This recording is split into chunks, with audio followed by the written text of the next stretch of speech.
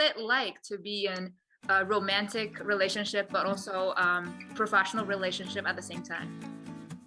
Does it help? Oh, yeah, it's very, very hard. It's very hard. You have to divide the hours you spend on the ice and the ones you have at home. So at home we try to be a normal couple, not speaking too much about curling. And when we are on practice, we are professional about it. And sometimes, of course, there is arguments. And when there is arguments, we know each other so well. So it's allowed to say the things you are feeling. And that's a big advantage for us, that we can tell each other everything we feel. And it'll go away quite quicker than if you don't dare to say what you're feeling, as many of the other teams maybe do. So usually it's fantastic because we share the same goal, the same dream. So in that way we feel very, very connected, which is amazing, I think. And this is the game we love the most, and me and Christine also, that's the person in the world I love the most. So to combine those and play that well in Beijing in the Olympics, it's amazing. You can't describe it. It's something I feel very privileged to be able to do. 那个恋爱换滑冰，说实话就一定能成为一对儿啊，这是个错误的观念。是因为我们两个经历了很多，然后最后有共同目标，然后领导给我们讲了一个很浪漫的故事，所以我们两个都很有感触。最关键是两人都不年轻，彼此也不嫌弃啊，最后就走在一起了。就是2014年索契冬奥会吧。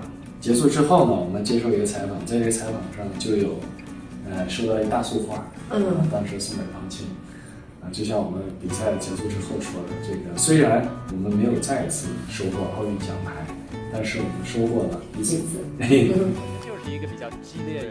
I think you may want to hear some of our stories about fighting with each other, right?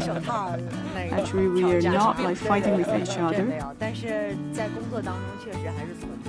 But in our work, but of course, we may have some conflicts and different opinions. Especially when we are coaching different teams, we have different. I believe it's quite common for you to quarrel with each other, but when you come back to your life, for example, step out from the ice hockey field, will you discuss the ice hockey or some of your conflicts? So actually, we have integrated our hobby into our day-to-day life.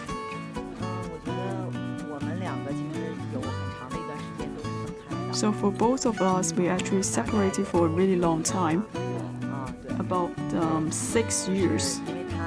We didn't live with each other. For my husband, after he retired from the national team, and actually he tried to study in Japan, and he worked in Japan. A lot of things changed for both you and the way you train, and also obviously your husband as well, right?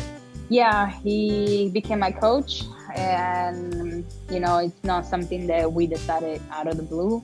Obviously, at Sochi I didn't win that gold medal. I was going for Pyeongchang, and I wanted to make sure that I was going to do everything I could to be there 100%.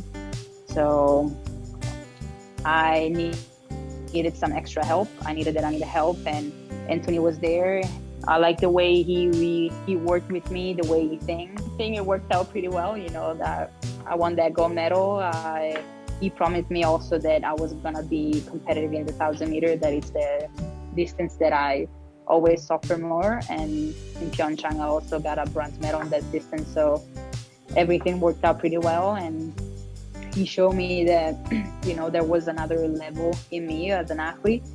And that's why I wanted to keep skating and, be ready for Beijing, because I was curious to see what other level I could reach with his training, with his help.